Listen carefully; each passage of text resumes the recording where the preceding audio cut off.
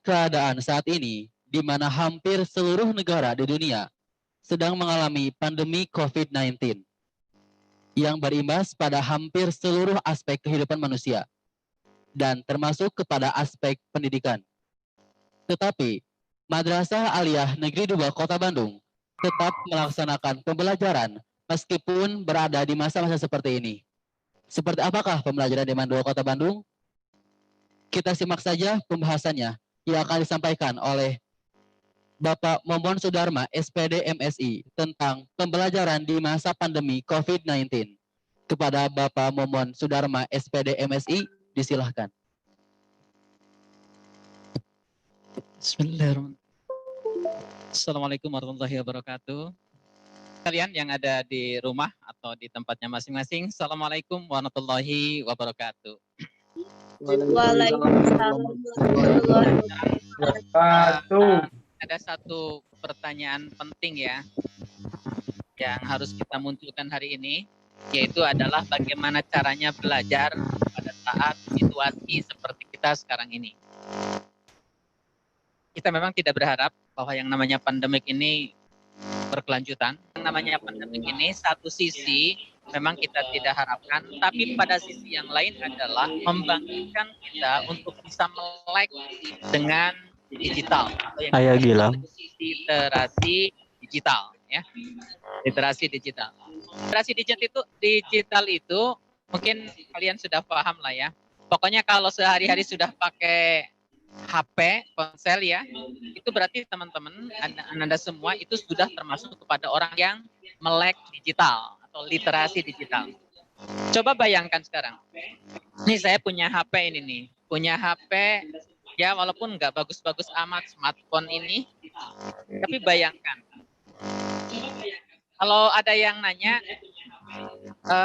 nih untuk kakak-kakak atau yang hadir di sini ya, nih mau nanya nih. HP yang saya pegang ini bisa rekam layar enggak? Bisa. Benar. Sudah seminggu yang lalu sampai hari kemarin itu ini nggak bisa rekam layar. Kenapa ya? Oke, dialihkan pertanyaannya. HP ini bisa digunakan untuk menghitung atau mengoperasikan Excel enggak? Tapi sampai seminggu ini belum bisa. Kenapa ya? Tidak bisa jawab. Kenapa? Ponsel smartphone saya itu sampai pada tadi pagi itu tidak bisa menghitung atau tidak bisa mendodol Excel. Dan juga tidak bisa merekam layar. Alasannya apa? Alasannya apa coba? Yang di rumah sebenarnya boleh menjawab ya. Atau walaupun tidak diungkapkan, kira-kira jawabannya apa? Coba, yang ada di ruangan sini. Jawabannya adalah? Karena semua ada batasannya. Karena HP-nya iPhone. Belum diinstal. Karena HP-nya kentang. Kan itu yang jadi masalah kan? Ponsel smartphone kita itu ada rekam layar, ada juga Excel, ada YouTube, ada untuk buat film ya, semacam. Itu semua adalah aplikasi. Tapi kalau aplikasinya tidak di-download oleh kita, tidak diinstal, maka HP kita tidak akan berfungsi kan? Diulangi. Kalau aplikasi tidak diinstal, maka HP kita tidak memiliki fungsi yang kita inginkan. Sehebat apapun smartphone kita, kalau aplikasi edit film tidak diunduh, maka tidak bisa membuat film. Sehebat apapun smartphone kita itu, kalau tidak mengunduh tentang Excel, maka HP kita tidak bisa mengoperasikan Excel. Intinya adalah download aplikasinya, maka HP kita akan menjadi smartphone beneran, kan begitu? Sekarang pertanyaannya adalah, kalau ada orang yang nanya kepada kita, Kang, Teh, kenapa sih otak saya kok nggak bisa mikir matematika? Kalau ada orang yang nanya, Kang, Teh, kenapa sih otak saya kok nggak bisa mengedit film? Kira-kira jawabannya apa ya? Otak kita belum menginstal aplikasinya, kan gitu ya? Nih, adik-adik yang ada di rumah sudah menginstal matematika nggak ke otak kita? Sudah menginstal ngaji nggak ke otak kita? Sudah menginstal murotal nggak ke otak kita? Kalau itu belum diinstal, maka otak kita tidak mungkin memiliki kemampuan fungsi seperti itu. Oleh karena itu, otak kita itu sama dengan smartphone. RAM-nya boleh tinggi, tapi kalau tidak diinstal aplikasinya, percayalah, otak kita tidak akan memiliki fungsi yang maksimal. Oleh karena itu, di era pandemik ini, tolong pahami, otak kita itu mirip smartphone yang RAM-nya sangat tinggi, memorinya sangat luar biasa, bahkan dikatakan 1 juta gigabyte. Ini otak kita, memorinya sangat hebat, RAM-nya sangat hebat. Tapi kalau aplikasinya tidak diinstal, maka otak kita itu mirip smartphone, tapi fungsinya stupid, fungsinya belet. Ya. Nah, oleh karena itu, kaitannya dengan Demand 2 Kota Bandung ini, supaya kita menjadi orang yang hebat, supaya menjadi orang yang cerdas, supaya menjadi orang yang smart, maka installah otak kita dengan ragam aplikasi, kan gitu. Nanti kita tanya, loh, Demand 2 aplikasinya apa ya? Aplikasi Demand 2 itu istilah aplikasi ganti dengan pelajaran ya. Demand 2 aplikasinya apa? Ada aplikasi matematika. Maka installah nalar kita, semangat kita, hobi kita dengan matematika. Demand 2 ada bahasa Arab. Maka install ke dalam otak kita bahasa Arab supaya kita terbiasa bahasa Arab.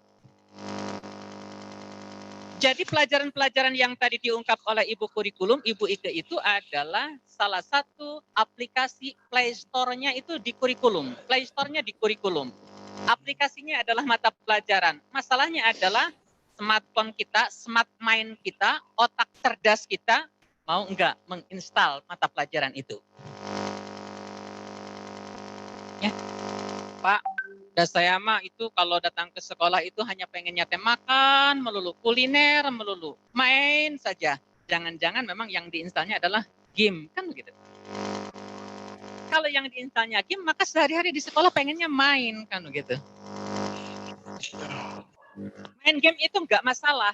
Main game itu boleh karena manusia disebutnya itu adalah homo ludens, begitu kalau kata sosiologi itu. Manusia adalah makhluk yang suka hiburan. Manusia adalah makhluk yang butuh untuk main. Manusia adalah makhluk yang butuh untuk istirahat.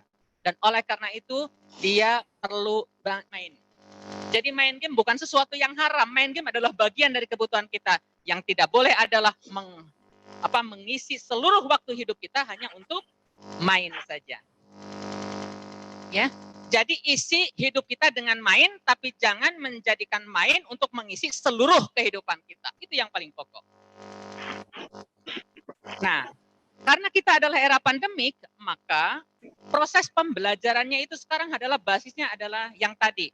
Basisnya smartphone. Basisnya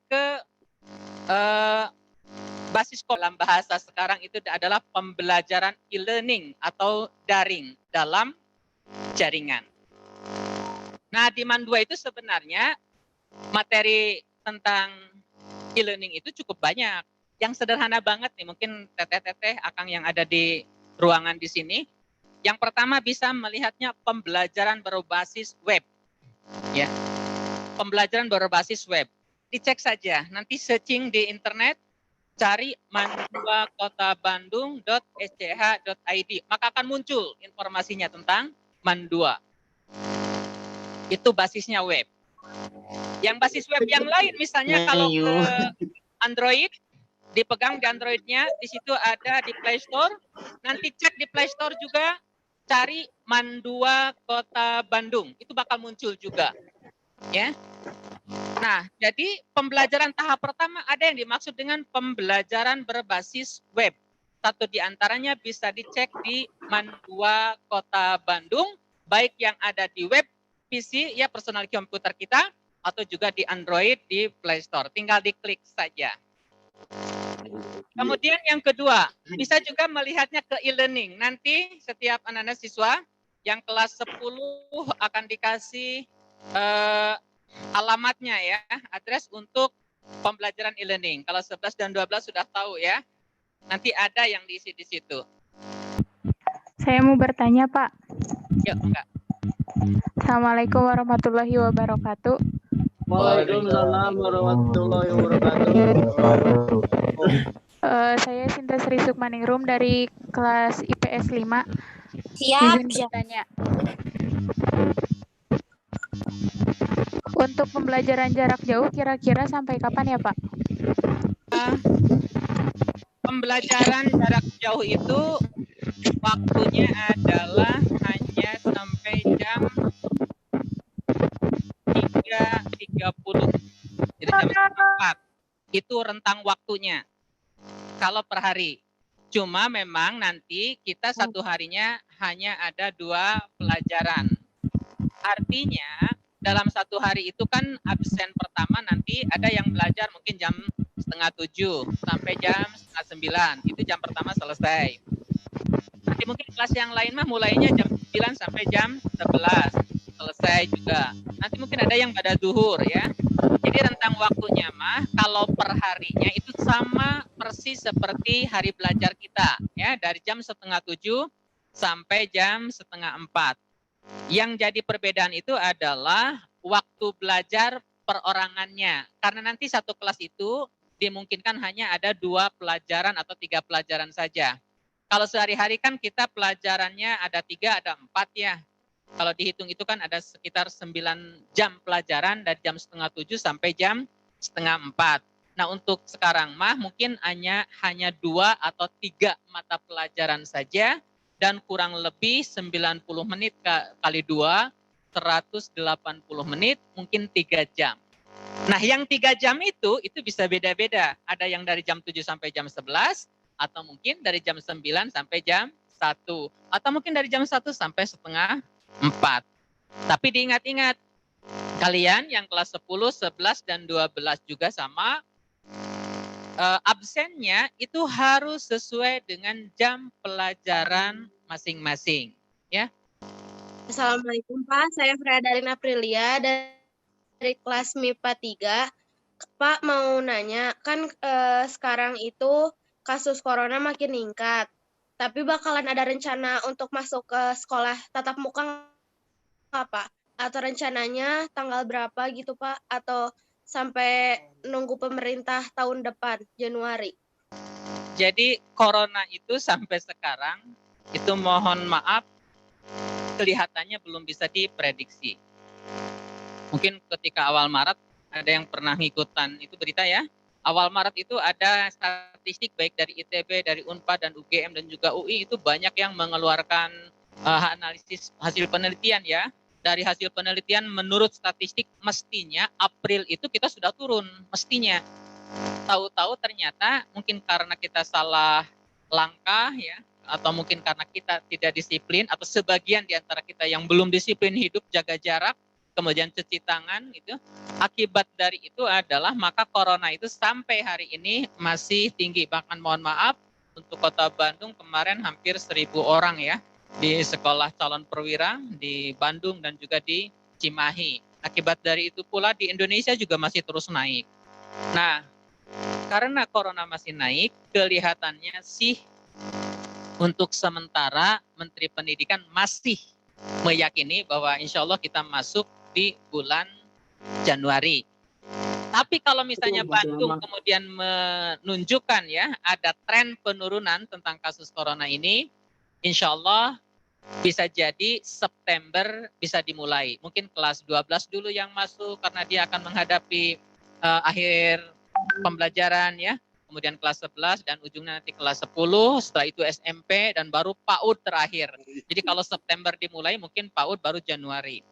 Tapi intinya sih untuk kapan berakhirnya corona, wallahu a'lam bishawab, belum bisa dijawab tentang itu. Tapi kita berdoa saja, tetap di rumah, tetap ibadah, tetap sehat ya. Mudah-mudahan dengan cara seperti itu kasus pandemik bisa segera turun. Amin. Ya. Itu saja Neng. Masih ada? Saya Pak. Yuk, silakan. Assalamualaikum warahmatullahi wabarakatuh. Saya Mutiara Kelapa-Sari dari 4. Mau bertanya Pak, kalau masalah pembelajaran di rumah itu melalui setiap guru berbeda aplikasi atau satu aplikasi untuk belajar di rumah selama pandemi? Terima kasih. Oke, terima kasih. Ini pertanyaan bagus ya, pertanyaan bagus. Ini pertanyaan yang sudah dipikirkan oleh Mas Nadiem. Tahu Mas Nadiem ya? Mas Nadiem. Jadi Menteri Pendidikan atau menteri yang selama ini di Indonesia yang disebut atau panggilannya dengan Mas itu baru sekarang ya. Mas Nadiem. Mas Nadiem Makarim atau Menteri Pendidikan itu menguraikan tentang istilah merdeka belajar. Apa yang dimaksud dengan merdeka belajar? Yang dimaksud dengan merdeka belajar itu adalah kita punya hak untuk memilih cara belajar dan aplikasi belajar yang bisa digunakan secara maksimal. Itu boleh. Jadi kalau misalnya diungkap dengan pertanyaan yang tadi, aplikasi apa sih yang bisa digunakan untuk pembelajaran jarak jauh? Jawabannya adalah aplikasi yang mungkin bisa kita gunakan. Apa yang bisa digunakan? Yang paling sederhana, mohon maaf ya, kita menggunakan WhatsApp juga bisa ya. WhatsApp itu kan bisa diskusi kelompok kecil ya. Per 8 orang kita kan bisa langsung diskusi ya. Itu juga bisa live, bisa juga langsung kelihatannya. Pokoknya 8 orang. WhatsApp bisa digunakan. Kemudian yang kedua, Zoom. Kalau misalnya seperti sekarang, ini kan cukup massal. Untuk 400 orang juga bisa. Google Meet juga bisa ya. Atau menggunakan Microsoft Office yang 365. Itu Google Team. Itu juga bisa. Intinya aplikasinya banyak beragam. Hanya untuk yang dikembangkan atau digunakan di Mandua Kota Bandung yang paling utama, yang paling standar, yang ada absennya, ada daftar hadirnya, kemudian ada mata pelajarannya, ada silabusnya, ada juga soalnya yang lengkap seperti itu, adanya di e-learning. Ya, jadi nanti Ananda kelas 10 nanti akan dikasih alamatnya oleh wali kelas tentang e-learning itu, dan itu yang akan menjadi konsentrasi atau aplikasi yang paling pokok di Mandua Kota Bandung. Tetapi yang lainnya boleh digunakan ya. Bahkan YouTube bisa digunakan, rumah belajar bisa digunakan, ruang guru bisa digunakan. Pokoknya sumber belajar di era merdeka belajar itu adalah apapun bisa dijadikan sebagai inspirasi untuk meningkatkan kedewasaan kita. Ya. Belajar bisa dari siapa saja, belajar bisa di mana saja, dan belajar bisa dari apa saja. Boleh tidak itu ya? Oke, terima kasih. Terima kasih. Pesan akhirnya adalah ingat, hati-hati pada Ananda siswa di kelas 10. Teknologi digital itu bukan hanya kita harus paham, bukan hanya kita harus gunakan, tapi hati-hati tentang etika atau akhlak berdigital. Selama datang ke Indonesia tentang teknologi digital itu sudah banyak orang, baik elit di tingkat Jakarta sampai masyarakat biasa, kejeblos gara-gara digital. Ada orang yang masuk penjara karena ujaran kebencian. Ada orang yang masuk penjara karena dia mengupdate informasi hoax. Ya. Ada orang yang juga masuk penjara karena menggunakan gambar-gambar yang tidak pantas di dalam medsos. Oleh karena itu, kata orang ahli komunikasi mengatakan, jarimu adalah harimaumu. Artinya jari Anda bisa menerkam diri kita. Bahkan jarimu itu bisa mengantarkan kita ke pidana. Tapi bagi kita sebagai seorang pelajar, ingat-ingat, jarimu adalah masa depanmu. Tergantung jari Anda, maka Anda bisa menentukan takdir Anda. Jari Anda adalah takdir Anda. Terima kasih. Assalamualaikum warahmatullahi wabarakatuh.